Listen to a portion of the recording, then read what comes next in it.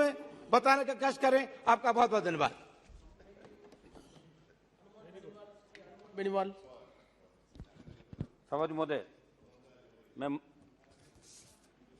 सदन में आज चार्टेड अकाउंटेंट कॉस्ट और वर्क्स अकाउंटेंट तथा कंपनी सचिव संशोधन बिल 2021 पर चर्चा हो रही है।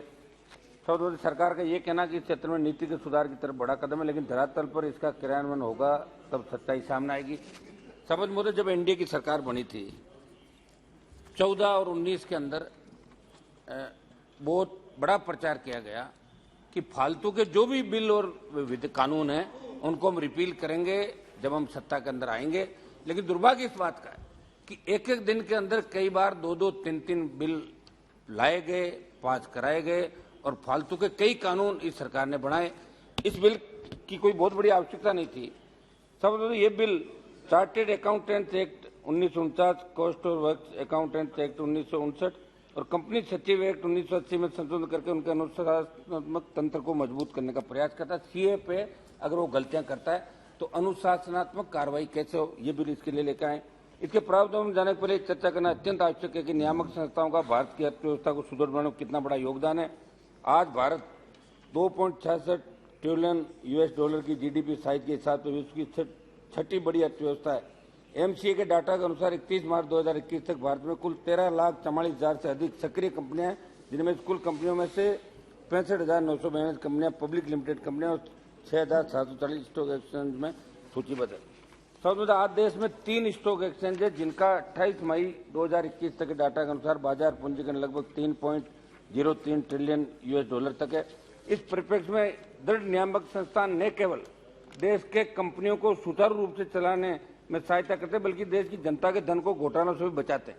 लेकिन भारत की अर्थव्यवस्था धोखाधड़ी घोटालों से अछूती नहीं रही। बड़े बड़े घोटाले इस देश के अंदर हुए, चाहे वो यूपीए की सरकार थी, चाहे एनडीए की सरकार थी।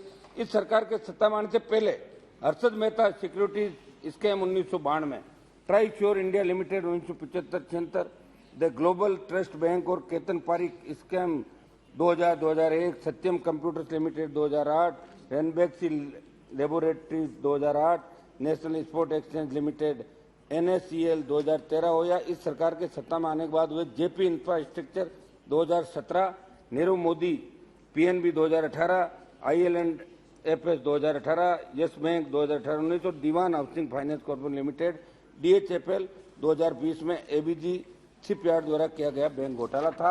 इसकी गूंज भी पूरे देश के अंदर। इस संबंध में घोटालों ने स्वतंत्र लेखा परीक्षकों द्वारा सांविधिक लेखा परीक्षा की भूमिका और प्रभावशालिता पर न केवल सवाल उठाया, बल्कि देश की जनता को ये मैसेज दिया कि विपदा की घड़ी में कोई नियामक संस्था उनके साथ नहीं खड़ी है। सवाल ये भी उठता है, क्या भारत के नियामक संस्थाएं इतनी काबिल है कि उन घोटालों को होने से रोक सके और एक प्रीएम्प्टिव अप्रोच दिखाने की रिएक्टिव। उदाहरण के तौर पर नीरव मोदी PNB घोटाले के उजागर होने के बाद सरकार ने राष्ट्रीय वित्तीय रिपोर्टिंग प्राधिकरण NFRA का गठन कर एक बहुत ही अच्छा कदम उठाया था। लेकिन ICAI जो CS को विनियमित करता है और अपने सदस्यों के खिलाफ कम प्रभावशाली कार्रवाई की प्रक्रिया रखता है, ने NFRA के गठन का विरोध किया। अफसोस इस बात का कि मार्केट के रेगुलेटर SCBI तक के पास लिस्टेड कंपनियों के ऑडिटरों के खिलाफ कार्रवाई करने का क्षेत्राधिकार नहीं है। इससे इन सब घोटालों में शामिल CA और CS बड़ी आसानी से थोड़ा सा जुर्माना देकर छूट जाते थे। ICAI के अधिकार में तो अधिकतम सजा 3 महीने का सस्पेंशन और 1 लाख रुपए जुर्माना था।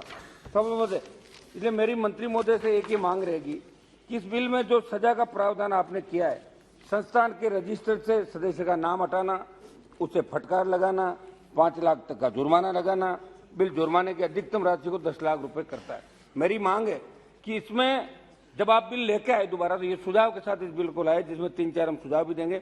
उसमें क्रिमिनल लाइबिलिटी भी जोड़ी जाए ताकि बेलगाम हुए ऑडिटरों के लिए कारावास एक डेटरेंट साबित हो। ये मेरी मांग रहेगी। इसी के साथ सरकार से ये भी मांग करता हूं कि CA या स्टैट्यूटरी वैज्ञानिक ऑडिटरों को मार्केट फिड्यूसरी का दर्जा दिया जाए ताकि सेबी जैसी संस्थाएं भी इन पर कार्रवाई कर सके। सभापति महोदय, इस बिल के संदर्भ में मंत्री जी को ये कहना चाहता हूं कि ICAI के केंद्रीय परिषद के सदस्य का वर्तमान में 3 वर्ष का कार्यकाल होता है और इस बिल के माध्यम से ये कार्यकाल बढ़ा के आप 4 साल कर रहे हैं। वे कोई भी CA अधिकतम 3 कार्यकाल के लिए चुना जा सकता है।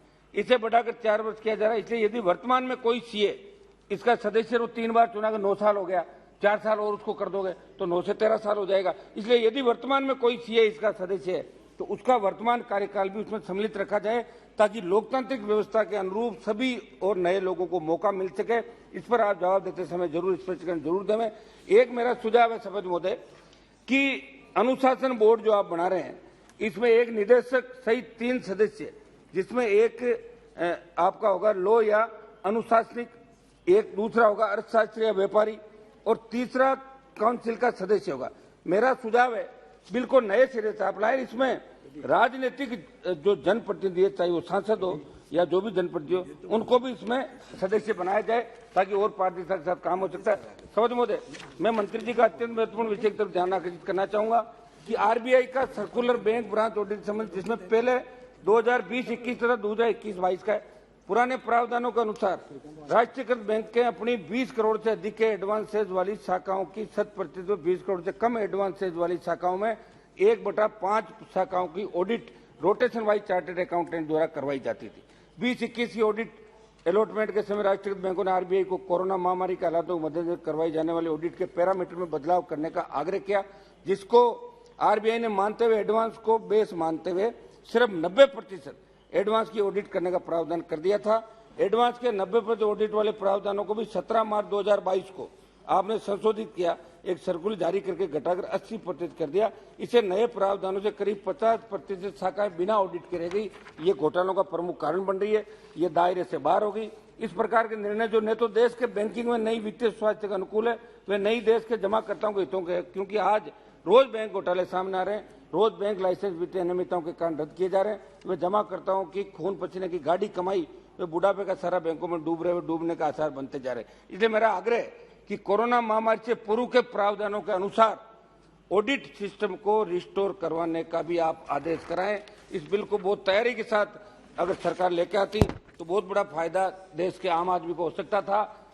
हालांकि सीए के संदर्भ में यह भी कहना चाहूंगा कि दुनिया में एक मिनट सर, एक मिनट राम कृपाल जी, एक मिनट, आप नहीं बोल पा रहे तो मैं आपकी जगह भी थोड़ा बोल दूंगा ना। हालांकि सीए के संदर्भ में यह भी कहना चाहूंगा कि दुनिया में ये एक ऐसा प्रोफेशन है सीए का जो अपने क्लाइंट की उन्नति से स्वयं की उन्नति करता है। इसलिए इनके प्रोफेशन से जुड़ी समस्याओं पर भी आपको ध्यान देने की जरूरत है। सभापति महोदय, मेरी जो मैं इस चूंकि बिल आधा अधूरा आप लेकर